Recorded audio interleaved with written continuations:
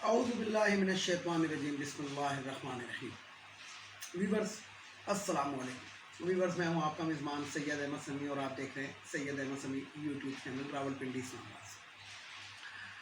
Viewers آج پیر کا دن تھا اور آج جسے کہتے ہیں کہ شیخ رشید صاحب ایک درخواست لے کر گئے تھے اسلام آباد ہائی کورٹ کے، یہ جو حنیف عباسی ہے جو ایفڈ ڈریونگ کیس کے اندر جس کو سزا ہوئی ہے، تو اس کو وزیر اعظم کا مشیر خاص لگایا گیا ہے۔ تو اس کی لاہور ہائی کورٹ نے، بلکہ لاہور نہیں لوہار ہائی کورٹ نے ان کی سزا معطل کی ہے اور ابھی یہ بری نہیں ہوئے ہیں، تو لہٰذا یہ معاون خصوصی نہیں بن سکتے۔ تو اس کے اوپر وہ جو اسلام آباد ہائی کورٹ کے اندر جو جسٹس اطہر من اللہ صاحب بیٹھے ہوئے ہیں، کرتا دھرتا ناخدا بنے ہوئے، انہوں نے اس کا رخ کسی اور طرف موڑنے کی کوشش کی کہ جی عدالتوں کے بارے میں باتیں ہوتی ہیں اور شیخ رشید صاحب آپ جا کے عمران خان کو کہیں کہ اگر آپ کو ہم پر اعتبار نہیں ہے تو آپ یہ کیس کسی اور عدالت کے اندر لے جائیں، اور اس طرح کی انہوں نے بات کی۔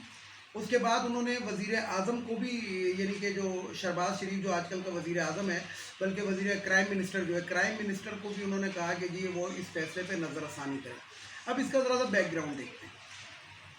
پہلی بات تو یہ ہے کہ یہ اس کیس کے اندر یہ عدالتوں کا کہاں سے کام آ گیا۔ دوسری بات یہ کہ عدالتیں واقعی اس دن رات کو 12 بجے لگی تھی نا، اور کیا کہتے ہیں وہ کیا ریسیو کی تھی انہوں نے، جو جس کو ریٹ کہتے ہیں کہ جی کوئی آرمی چیف کو نہ ہٹا سکے، یہی والی بات تھی۔ دوسری بات یہ کہ عدالتوں نے آج تک اہل شریف کو کون سی سزا دی ہے؟ جو سزا نیب کی عدالتوں نے دی وہی اسلام آباد ہائی کورٹ اور لوہار ہائی کورٹ نے ان کو سزا معطل کی۔ اسی اسلام آباد ہائی کورٹ نے مریم نواز کو بیل دی ہوئی ہے کہ جناب اپنے باپ کی تیمارداری کی، باپ کی تیمارداری کون سی کر رہی ہے ہمیں نہیں پتہ، باپ کون سا یہ بھی نہیں پتہ، کیونکہ جہانگیر ترین بھی باپ بن گیا ہے، علیم خان بھی باپ بن گیا ہے، پتہ نہیں کوئی سینکڑوں باپ ہیں، تو کون سے باپ کی تیمارداری کے لیے یہ بھی نہیں پتہ لگا۔ اب میں یہاں پہ یہ کہوں گا کہ جسٹس اطہر من اللہ صاحب، ساری زندگی آپ نے وکالت کی اور وکالت کا پیشہ ہے ہی جھوٹ کا پیشہ، اور وکیل بن کے بھی کوئی آپ نے یاترا کوئی نہیں کی ہوئی۔ آپ نے اگر یاترا کی ہے تو لندن کی ہے، اور آپ کی تصویریں باقاعدہ وائرل ہیں کہ جس کے اندر آپ حسن اور حسین کے ساتھ ایک کھلی گاڑی کے اندر گھوم پھر رہے ہیں، پکنک منا رہے ہیں، انجوائے کر رہے ہیں، اور آپ نے آج بھی اہل شریف کے پاس اس فیصلہ بھیجا کہ وہ نظر ثانی کریں، حالانکہ عدالت آپ ہیں۔ آپ کو کہنا چاہیے تھا کہ ہاں جی فوراً ختم، لیکن آپ نے، ظاہری بات ہے وہ آپ کے آقا ہیں، آپ نے ان سے ڈالر لیے ہوئے، آپ نے ان سے پیسہ لیا ہوا ہے، آپ کے منہ میں زبان ہی ان کی، پھر آپ کہتے ہیں کہ عدالتوں کے بارے میں بات مجھے بتائیں نا۔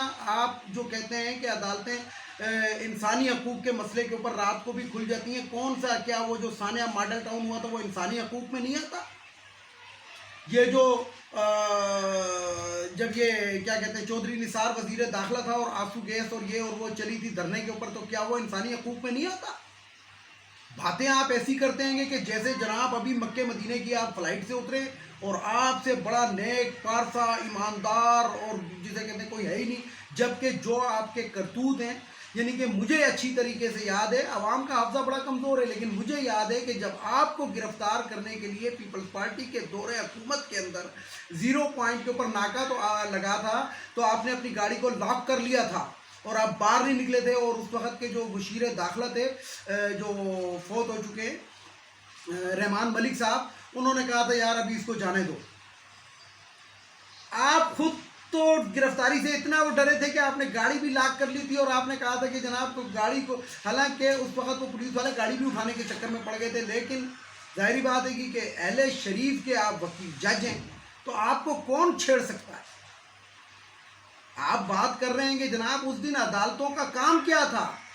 پارلیمنٹ ایک طرف کہتے ہیں کہ جناب پارلیمنٹ سپریم ادارہ ہے، جب پارلیمنٹ سپریم ادارہ ہے تو اس کے اندر آپ لوگوں نے چھلانگ کیوں لگائی تھی؟ کس کے کہیں؟ یا تو آپ منہ پھوٹے آپ بتائیں کہ ہاں جی مجھے فلانے بندے نے کہا تھا، فلانے کے حکم سے عدالتیں کھلی، فلانوں نے ہمیں، کیونکہ ڈرتے آپ ہیں جن سے، وہ ہمیں بھی معلوم ہے کہ آپ کن سے ڈرتے ہیں،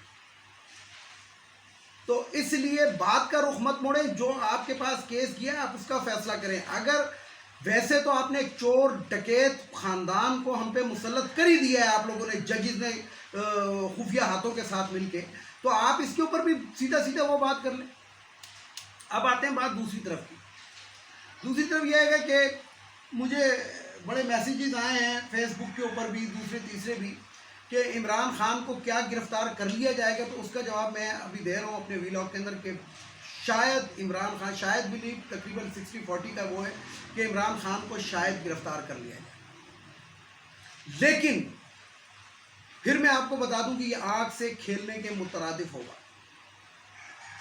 اگر عمران خان کو گرفتار کر لیا یا کرنے کی کوشش کی، کیونکہ عمران خان کو تو تہخانے میں بیل نہیں ملے گی، وہ تو صرف حمزہ شہباز کو تہخانے میں بیل ملتی ہے گرفتاری کے ڈر سے، یا مریم نواز کو ملتی ہے، عمران خان کو بیل نہیں ملے گی۔ تو عمران خان صاحب کو ہو سکتا ہے کہ گرفتار کر لیا جائے، لیکن جو اس کے بعد جو عوام کا جو رد عمل آئے گا وہ یہ لوگ سوچ بھی نہیں سکتے، کیونکہ ایک منشیات فروش وزیر داخلہ اس ٹائم پاکستان کا، اور ایک کرائم منسٹر جو کرائم کی دنیا کے اندر بےتاج بادشاہ ہے، ٹی ٹیز اور جس کے چپڑاسیوں کے اکاؤنٹ میں اربوں روپے آتے ہیں، کھربوں روپے آتے ہیں، لیکن اس کو پتہ نہیں ہوتا کہ یہ کہاں سے آ گئے، کیونکہ وہ کہتا ہے کہ مجھے میرا دماغی توازن صحیح نہیں ہے، تو مجھے پتہ ہی نہیں لگتا کہ کیا آتا ہے۔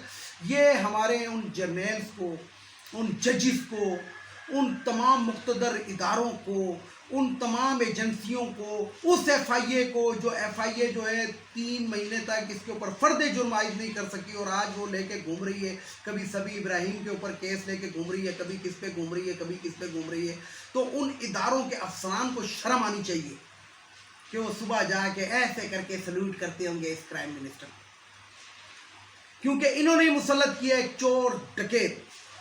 شہباز شریف نے کے پی کے اندر ایک جلسہ کیا، تو وہ میں خیر اس کی ویڈیو وائرل کر چکا ہوں کہ جب وہ بازار سے گزر رہے تھے تو لوگوں نے جو چور چور کے نعرے لگائے، تو ادھر جا کے اس نے کہا کہ میں اپنے کپڑے اتار کے آٹا سستا کر دوں۔ او بھائی کپڑے بیچ کے، او بھائی آپ کپڑے کیوں بیچتے ہیں؟ آپ ایون فیلڈ کے اپارٹمنٹ بیچیں، آپ وہ گھر بیچ دیں، وہ فلیٹس بیچ دیں، جاتی عمرہ بیچ دیں، پھر آٹا سستا۔ آپ کے بدبودار کپڑے کون خریدے گا؟ اور آپ کے کپڑے کتنے کے ہیں کہ کوئی خرید کے اور آپ اس کا آٹا سستا کر دیں گے؟ تو لہٰذا آپ اپنے کپڑے پہنے رہیں، کیونکہ ہم نے بچوں کو نہیں ڈرانا، اس لیے آپ اپنے کپڑے پہنے رہیں، لیکن اگر آپ نے آٹا سستا کرنا ہے تو اس طریقے سے کریں جو ہمارے خون پسینے کی کمائیاں، ہماری دولت، ہمارے ملک کے پیسہ جو آپ لوگ چوری چکاری کر کے لندن کے اندر اور غیر ملکوں میں آپ نے وہ جائیدادیں بنائی ہوئی ہیں، ان کو بیچیں اور پاکستان کے خزانے کے اندر پیسہ دیں۔ اور وہی جسٹس اطہر من اللہ صاحب، آپ کا یہ کام ہے، کیونکہ نیب اپنا کام کر چکی تھی، آپ لوگوں نے بیلیں دی ہوئی ہیں، آپ لوگوں نے بھی سزا معطل کی ہوئی ہے، آپ لوگوں نے ان کو پروٹیکشن دی ہوئی ہے، اور آپ ہی لوگوں نے ان کو ذرائع اور طریقے بتائیں گے کہ اس طریقے سے لیٹ کرتے رہو، لیٹ کر کبھی کمر میں درد، کبھی ٹانگ میں درد، کبھی گھٹنے میں درد، کبھی پریگننٹ ہو جاتا ہے شہباز شریف، اس لیے آپ ڈیٹ پہ ڈیٹ دیتے رہے، کیونکہ آپ لوگ نہیں چاہتے کہ وہ پیسہ واپس آئے۔ اگر وہ پیسہ واپس آ جائے تو آپ لوگوں کو کون پوچھے گا؟ ملک پہ تو امن و امان ہو جائے گا۔ پاکستان کے اندر آدھے سے زیادہ لڑائیاں کس چیز کے اوپر؟ زمین کے اوپر۔ جب وہ پیسہ آ جائے گا تو لوگوں کے پاس پیسہ ہوگا تو وہ پیسے کی لڑائی ختم ہو جائے گی، اور زمین پھر جب ہر ایک کے پاس پیسہ ہوگا اور زمین ہوگی تو پھر وہ کیوں نہ آپ کے پاس آئے گا؟ آپ کے تو عدالتیں ہی ختم ہو جائیں گی۔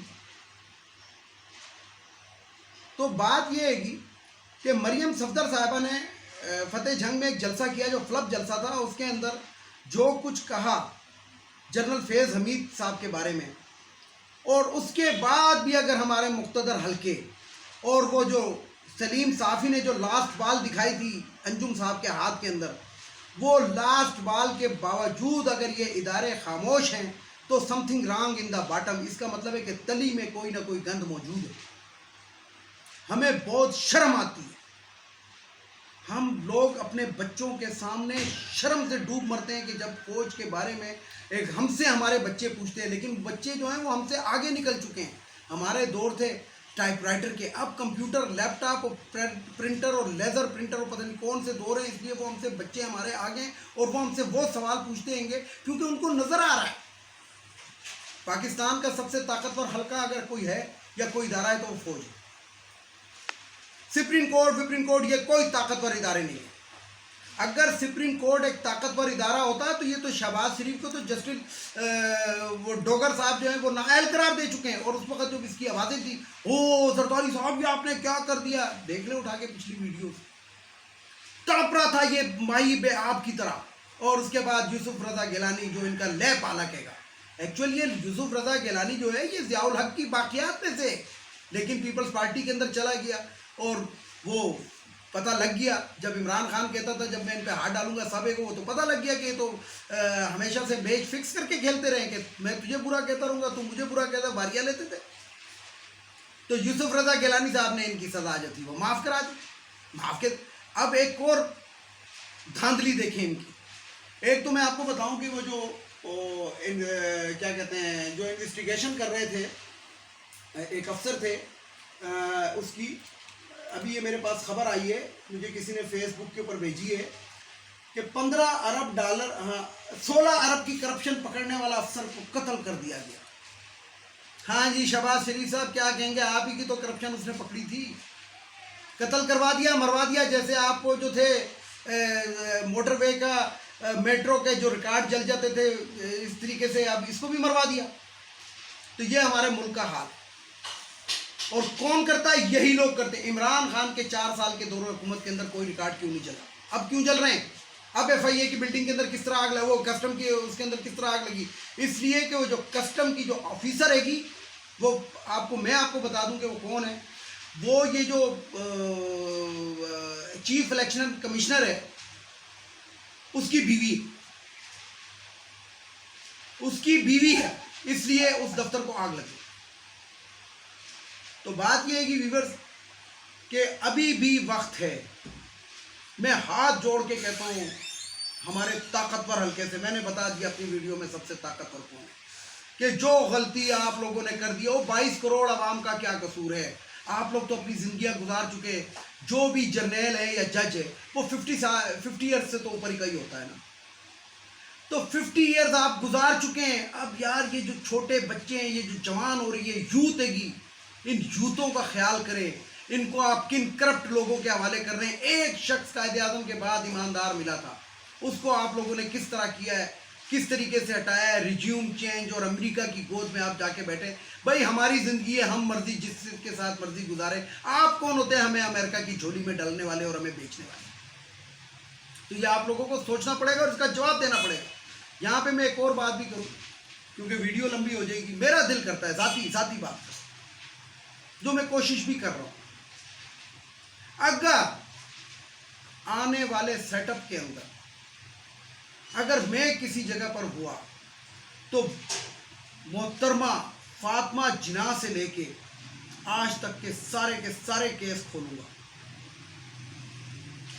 جنہوں نے فاطمہ جناح کے ساتھ جو کیا, پاکستان کے اندر جو مارشل لا لگے, پاکستان کے اندر جو چوروں ڈکیتوں کی حکومتیں, ان تمام کے کیسز کھولے.